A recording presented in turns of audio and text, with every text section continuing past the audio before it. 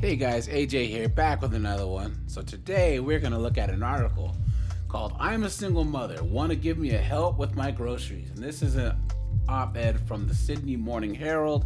And guys, this is all kinds of foolishness, right? But before we jump into this, guys, please remember to like, subscribe, drop a comment. It really helps to keep this channel going.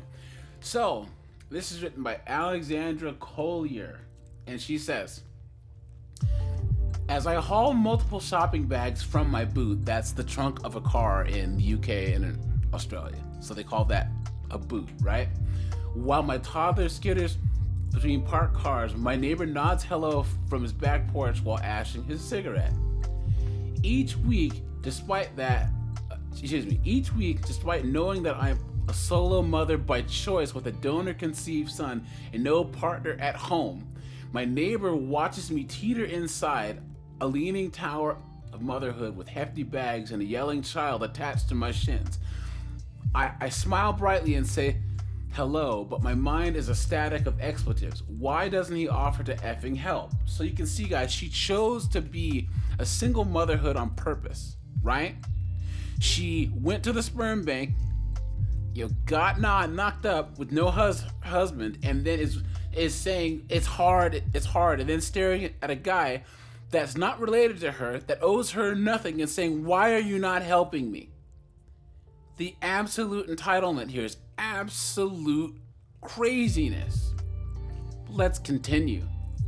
She says, it's not entirely my neighbor's fault. I could ask him to help, but I don't. So she says that she could ask him for help, but she doesn't. So he's supposed to just take the initiative and help some neighbor he doesn't know with some kid that isn't his. He's supposed to just psychically know, she's gonna need my help. When we all know that there's girls who get mad if you even try and hold up a door for him these days. She says, it's not entirely my neighbor's fault. I could ask him to help, but I don't. What's stopping me? I consciously chose this solo path, of course, and I embrace all the work and self-reliance it would entail. That said, I know plenty of other mothers with partners and multiple jobs who often need an extra set of hands. So she's trying to compare a woman who's married who has kids to herself as a single mom and try and put them on the same playing field, and it's just not true. Here we go. If there were a town square 100 years ago, my neighbor would no doubt get off his butt and help carry my bags or watch my child while I do the return trip to get the second load. But parenting and all of its attendant domestic minutia has become increasingly atomized.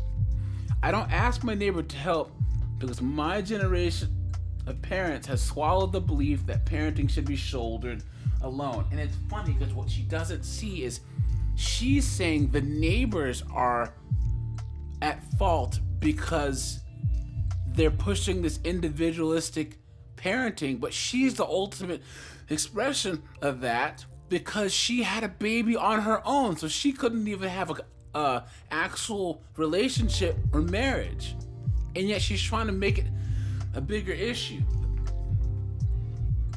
Many people have moved away from their hometowns to other cities or countries and find themselves without the support of family or easy reliance on friends. Parenting, instead of being shared, has become isolated, exhausting, and expensive.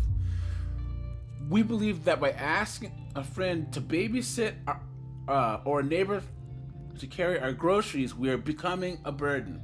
So we'd rather pay a stranger to enter the intimate, ecstatic, and poor smear corners of our life than feel indebted to a friend. I'm part of a movement that is trying to reclaim a village model of parenting. As American author and solo mom Mickey Morissette writes, the goal of a single parent is not to raise our children alone. The goal is to consciously create the village in which we and our children will thrive. Guys, think of how crazy that statement is. The goal of a single parent is not to raise our child alone. That's the whole concept of a single parent. That's why it's called a single parent. You're raising it alone. Am I the only one missing this year, guys? Like, please, in the comments, help me try and figure out this foolishness. This is clown world, guys. The goal of a single parent is not to raise our children alone. Single parent raise children alone. That's logically where that goes, right? The goal is to consciously create the village in which we and our children will thrive. But you should have got married and worked with your extended family. But that's crazy that concept is just alien now. Here we go. Each week, despite my comfort, I push against the belief that I must be self-sufficient. And yet she can't find a husband and get married. I get by with a lot of help from my parents and my brother and the angels I pay, like childcare educators and babysitters. More occasionally, I ask friends. Another mother is watching my son so I can write these words. So in other words, she's either too insufferable or too old to find a husband.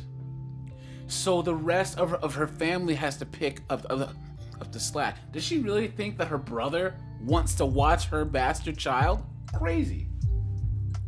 It goes without saying that the task of parenting falls mostly squarely upon the aching backs of mothers, and beyond that, to other women who work for paltry wages, blah blah, effing and stuff. As New Yorker columnist Gia Tolentino writes, many of the modern rituals of motherhood, the all-female baby shower, the all-mommy WhatsApp group, teach that caregiving is a project for women to figure out with other women, which is true. What if we all saw ourselves as parents, no matter our gender or our parental status? So in other words, she wants other people to do the work of raising her bastard child. As a single parent, I'm not the only one who could benefit from more support. Married, straights, alphabets, single dads, foster parents, and grandparents, all of us gain from raising our child collectively. At this point, you might be thinking, I'm here, I'm willing to help. I'm willing to help. Let me tell you how. No, none of us men now are thinking that. Because she could think that we're some creep and we're trying to hit on her and then call the cops and we can get a false accusation. The kid could fall down and all of a sudden all they see is some kid crying and then you there and all of a sudden she's saying, he hurt my baby. We live in too litigious of a society for any man in his right mind to put himself at risk helping any woman that they do not know personally. Okay, so this is how she says that we can help, guys. Offer to carry shopping inside. Put a child into a car seat. Yeah, right. Lift a pram up the stairs. Ask a mother if she needs to go to the bathroom alone without the child. Pick up some groceries or coffee on your way over. We'll pay you back. We promise. Yeah, right. If you're sitting at home scrolling away your evening, then relocate your screen time to my place so that I can step into the night air. So she wants you to give up your night off, your time, to help her. This is the most selfish thing, guys, I've ever heard, right? So after your long day at work, your time at the gym, your time you need to come home and decompress, you should spend that time at her house helping her out. Foolishness. Make concrete suggestions. Food or furniture assemblage or taking my son to the playground. So she's saying, you could help me by doing my job as a mom. Know that I'm capable as hell, but I'm also constantly tired. So know that I can do it, but I just want you to do it for me, guys. Clown world. Know that I can't drive across town to meet you for a social outing, as my child will whine all the way there. Take the emotional load of finding a cafe with a playground attached that is between our homes so we can meet there. Come over and make me dinner? What? Guys. This is fucking ridiculous. Okay, here we go. She says, take the emotional load of finding a cafe with a playground or come over and make me dinner. So if you want to hang out with me, come over and cook me dinner. So bend over all the way backwards. Absolute ridiculousness. And here we go, guys. So what will you get out of it? You will get the giggling hilarity of my toddler as he hurls himself onto your back. You will get a sense that we are all part of a messy, connected family. You will be inoculated against loneliness, as if people who don't have kids are lonely. Please, you will know that you're needed and required and loved, and that you have a purpose, a part in this sacred and crap smeared job. You are here to raise a child, to teach it about words and weather and the crime of double dipping. You can show the kid how to be in the world, to teach him to be a person who stands up from his porch and asks, need a hand. So in other words, you need to do for her kid what you should be doing for your own kids. Guys, the entitlement here and the low-key shaming language, as if you don't have anything else to do, and this is what you should be doing, is helping her take care of this kid that she chose to have on her own. Guys, let me know what you think in the comments. This is absolutely insane. But the entitlement of modern women, especially single moms, is absolutely through the roof. And guys, don't do this. Don't take care of people's kids, and don't deal with or help any women that you aren't either dating or related to. All right, you guys, this is AJ. I appreciate you guys. I'm out of here.